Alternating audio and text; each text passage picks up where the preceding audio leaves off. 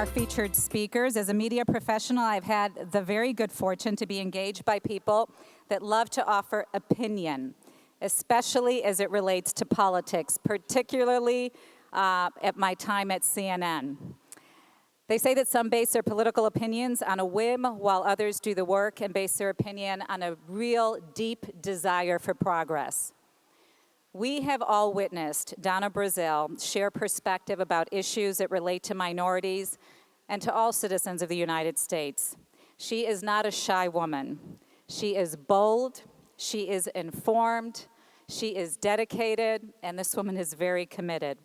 Donna Brazile is a veteran political strategist and television political commentator, and she is a woman that wears many, many hats. She is an adjunct professor, a best-selling author, a syndicated columnist, vice chair of voter registration, and the former chair for the Democratic National Committee's Voting Rights Institute. Oprah magazine chose Ms. Brazile as one of its 20 remarkable visionaries. She was named among the 100 most powerful women by Washingtonian magazine, top 50 women in America by Essence magazine, and she received the Congressional Black Caucus Foundation's highest award for political achievement. She serves on numerous corporate and nonprofit institutional boards. And like many of you, Ms. Brazile is an entrepreneur. She is the founder and managing director of Brazile and Associates, that is a Washington, D.C.-based general consulting, grassroots advocacy and training firm. As you very well know, and you can see if you look up her bio, she has an extensive resume and much to share. But if I continue talking about her, we would not make the ribbon-cutting ceremony that's happening. So I just want to tell you on a personal note, I am a huge fan of yours. I respect the work that you do. I think you are a fierce woman, and I want to grow up and be just like you.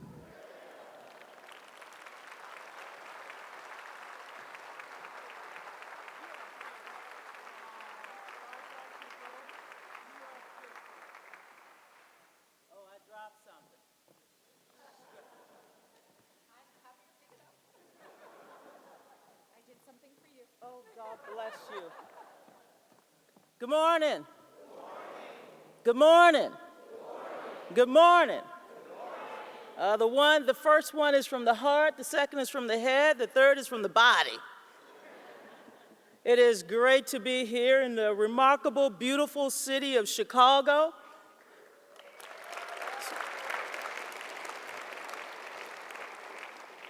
To be in the state that I love in 5th grade when Mr. Marchand said, "What do you want to do with your life?" I said, "I don't know, but I want to go to Illinois because Abraham Lincoln was born there."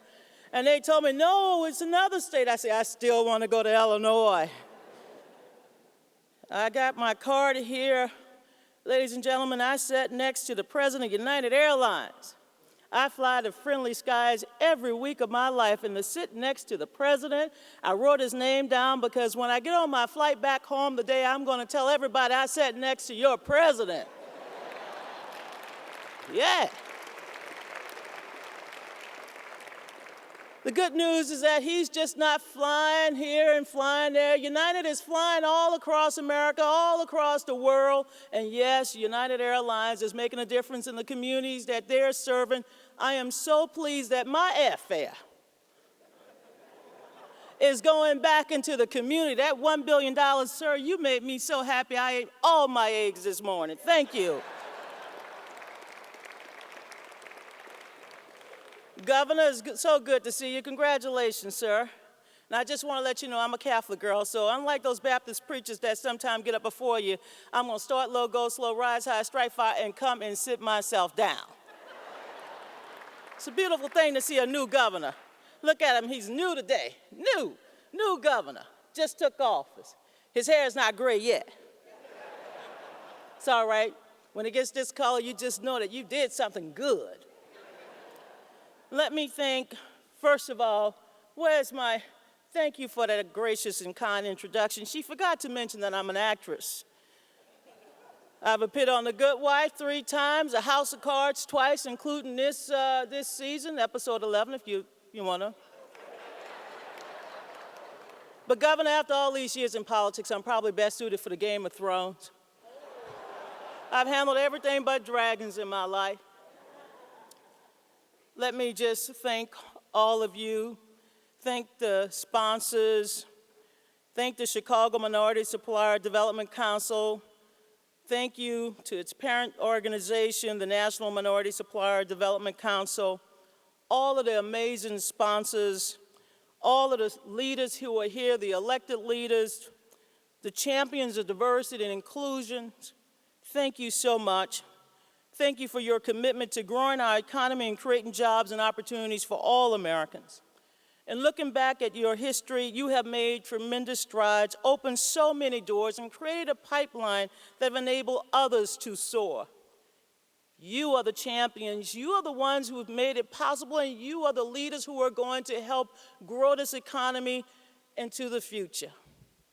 You're the ones that will clearly make a difference in the lives of so many, not just here in Chicago, but throughout the state of Illinois and the country. Every time you open that pipeline, every time you extend that lifeline, every time you give that minority and women-owned and veteran-owned, doesn't matter who owns it, but the fact is every time you give them an opportunity, you create a ripple effect into our economy. Indeed, you are the future of what our economy will look like if we are going to grow and succeed in the 21st century. America must have at the table every individual, because we need the resources and the skills that you will bring in order for us to become and continue to be the nation that the world envy. We are the future, and you are the champions. Why you? Because there's no one better. And why now? Because tomorrow is not soon enough. I am a small business owner. I'm proud to be one. I started my first business at the age of 7. I couldn't wait. I was in single digits. I knew it. My parents were the type of working poor, and the emphasis on working. So many people forget that many poor people actually work each and every day to make a difference. I should say businesses because I was a multitasking entrepreneur. I came by the energy and grit naturally, not just because grits was a staple at the table. Governor, I went to the gym this morning. I'm going to pick on the governor since, he's new. I went to the gym this morning, the trainer came up, and, I knew it was a gym because everybody going in there was fine. I followed the fine people. I'm like, I'm going to work out today. I had my music on, my praise music, and I was just trying to get the grits going in myself. And I looked at that man. He took off his shirt. I said, oh, no, don't do that. I'm trying not to see that. And I said, I would take off mine, but you see them buttermilk biscuits and grits I had as a little girl? You can go to Weight Watchers, you can go to all them other things. You can't slim Jim, because Jim, the buttermilk biscuits, they're and the cane syrup, okay. But my parents taught my siblings and I to be courageous, to be respectful, to value education, our schoolwork, to be independent, to be generous, to be determined, persistent, to face adversity, and to always power forward, to give back. They taught us to believe in ourselves. Whatever needed doing in my family, we did it. And we took pride in our work, and we took pride in working hard because it mattered to us. Dignity came from honest work, the kind of work the job was a means to an end. The money had to be earned and earned honestly because that gave you dignity. Well, you can imagine what kind of work you do down in Louisiana. Oh, yeah, it's always hot. Somebody got to cut the grass. I owned the lawnmowers because when Mr. Jimmy died, Ms. Olive said, I don't know what to do with them. Well, he taught me how to fix them. So I employed my brothers. Hell, when you got 8 brothers and sisters, you want them out the house too. My brothers cut the grass. Of course, I was the entrepreneur. I made sure that we marketed the services. Yes, I secured all of the lawns. I did some of the pruning. I still do a little pruning. every now and then, especially when it's warm outside. I won't be coming to Chicago for another couple of weeks to prune. But we made a lot of money doing that, enough money for us to put aside some dollars for college. I also had a bait and tackle business with my sisters. Oh yeah, you gotta put them to work too. We clean fish, ladies and gentlemen. I still know how to scale it down, you know? I'm from Louisiana, so we have 4 delightful, delicious seasons: shrimp, crab, crawfish, and oysters. Everybody's fishing for something. I learned about paying attention to detail. The knife had to be sharp and the nose keen. If anything smelled, and you know sometimes you get rotten fish, you have to throw it away. But in my family, you gave it to Miss Ethel next door because she made cat food. That was a little money too. I did what I call the prescription medicine run, sort of like Ace Check cashing for seniors. I go to the local pharmacy and pick up prescriptions for the seniors in the neighborhood, and they pay me for running the errand. And literally, I ran back and forth, especially during the first of the month. I helped students with their homework. I was smart enough to be a tutor. And every now and then, you know, back then, sometimes you didn't get paid with money. Sometimes seniors sent you home with fresh eggs and tomatoes and stuff from the garden. But to me, that was as good as gold. In some ways, better. I had a bank account before I was 12, and I started to contribute into my own little Social Security fund. I learned about teamwork. I learned what it meant to be disciplined. But I had help. I had help. I had people who were willing to give me, a little girl, an opportunity. And of course, by giving me that opportunity, you know what I did? I spread that joy as far as I could. Not only with my brothers and sisters, but people in my community, other kids. Because I wanted everybody to be able to work and be able to pay for the kind of things that we enjoyed as kids. Snowballs, pecan candy, and gone to school, of course. Now, I went back on into business after the Gore campaign. I combined my passion and my love, my passion for social justice and my love for being an entrepreneur. I could be independent and I could continue to help people because that matters most to me. I started my company back in 2002 with 1 employee. Today, I have over 6 employees, consultants, and paid interns. And this has allowed me to work for many major Fortune 500 companies across this United States of America. I am proud to have worked and helped train employees and managers for such diverse companies as ExxonMobil, General Electric, Home Depot, and I love Home Depot, y'all. You think dirt look like me, you should see me on Sunday. Prudential, MetLife, MasterCard, Pfizer, CVS, Boeing, FedEx, Fannie Mae, just to name a few. I've worked with Wall Street firms. I've helped to expand and train their leaders, and there's so much work to do. But diversity and inclusion, they're not just some PC terms. It's not about giving a handout. It's about expanding opportunities and making sure that your brand is spread all over this region, this state, and this country. It's not about moving anybody from the table. It's about making sure there are opportunities for everyone to sit around the table. And I often tell people, I'm not looking for anyone to move away from the table. Oh no, keep your seats. Just scoot over and let me bring in some folding chairs.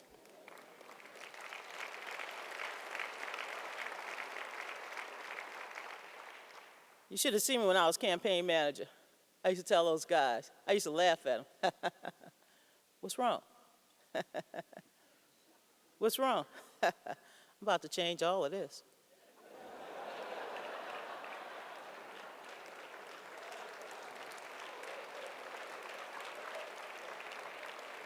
You see, when you open the door to people like me, anybody that looks like me, anybody who believes in fairness and justice and opportunity, what our founders believed when they created this great land of ours, I said, when that door opened for me, I kept it open for others to come in. When that ladder was put up that I could climb, I made sure that there was another ladder. And yes, when I got on the elevator and went up, I sent it back down because I wanted more people that looked like me, who had the spirit of not just being able to go out there and to create opportunities, but who had the spirit to serve. And that's what it's all about, giving people opportunity. That is what hope is about. Hope is about making sure that we leave our doors each and every morning and find ways to open up another door so that more people can come into the circle of opportunity. That's what diversity and inclusion is about. It's not about second or third degrees of support. It's about being able to have everybody at the same level so that everyone can enjoy the blessings of this beautiful land of ours.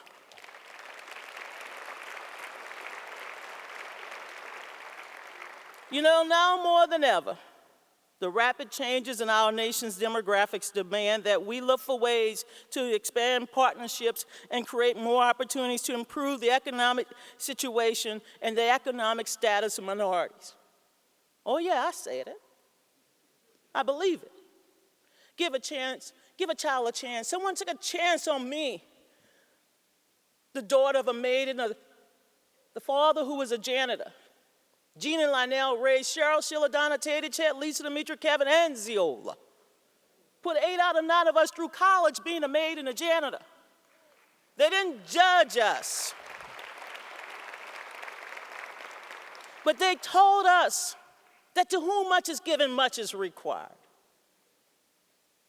We can't go and sit in church on Saturday or Sunday, or some people go to St. Mattress. I ain't mad at you. Bedside Baptist. I ain't mad at you. Our Lady of the Bath. I ain't mad at you. The Bible says, pray without ceasing, and that's what we should do. But how can we worship a loving and gracious God and then come back and then scorn those who have not been able to make it to the circle of opportunity? Procurement, supplier diversity, it's about building bridges, it's about building opportunities. And that's why you're here. 48 years is not long enough. Soon it will be 49 and 50 and 60 and 70 and 80, and yes, I'll still be able to do the backslide. But today, we celebrate. Today, we open new doors. And even if it's too much to open a door for others, then open up a crack in the window, because sometimes just feeling that breeze, people know that there are opportunity to give their services and their products, and to make sure that others can share in the blessings and to expand that brand. Ladies and gentlemen, we've come a long way in this great country of ours. And I'm always proud to say that this is the moment. This is the moment we've been waiting for. I'm sure that those who gathered here on some warm spring day 48 years ago never envisioned the kind of audience and the kind of tremendous support and sponsorship we see today. You're in good hands. Yes, I know Allstate. You're flying the friendly skies. And yes, Blue Cross Blue Shield. This is what 55 look like. Y'all been taking care of my health. I just had to tell my doctor, I said, you know, you knew I'm going to have to work into my schedule, and I'm going to have to make sure you understand that when you check my blood pressure and all them other things, it never gets high unless you work me up. I'm calm. These sponsors. You're the ones that are opening up to see a possibility. You're the ones that are going to make a difference. You're going to continue to extend the brand and opportunities into communities all throughout this city and this region and this wonderful, beautiful state. I close with what my grandmother Frances, who was born in the great state of Mississippi, would tell us each and every night when she called us into the room. My parents were still working. And yes, she called us in order of our birth. Cheryl, Sheila, Donna, Teddy, Chet, Lisa, Demetria, Kevin, Ziola. Grandma Frances was an old, gracious, faithful woman. She was a daughter of former slaves, yet she never taught us anything about hatred. She was about love. She was a woman of so much joy. When I'm on ABC and CNN, I think about Grandma Frances because she was the only one in the family who didn't tell me to shut up. Everybody else said, shut up, shut up. She said, let Donna talk. Thank you, Grandma, and I will proceed to talk. But Grandma, I love her. Every night she would read scripture. And the reason why I want to leave you with that this morning is because the scripture she often read gave us some sense of hope. Hope in the most powerful sense. So if you ever turn to the book of Galatians chapter 7, verse 9, remember those words. Do not grow weary in doing good, for in due season you'll reap a harvest if you don't give up.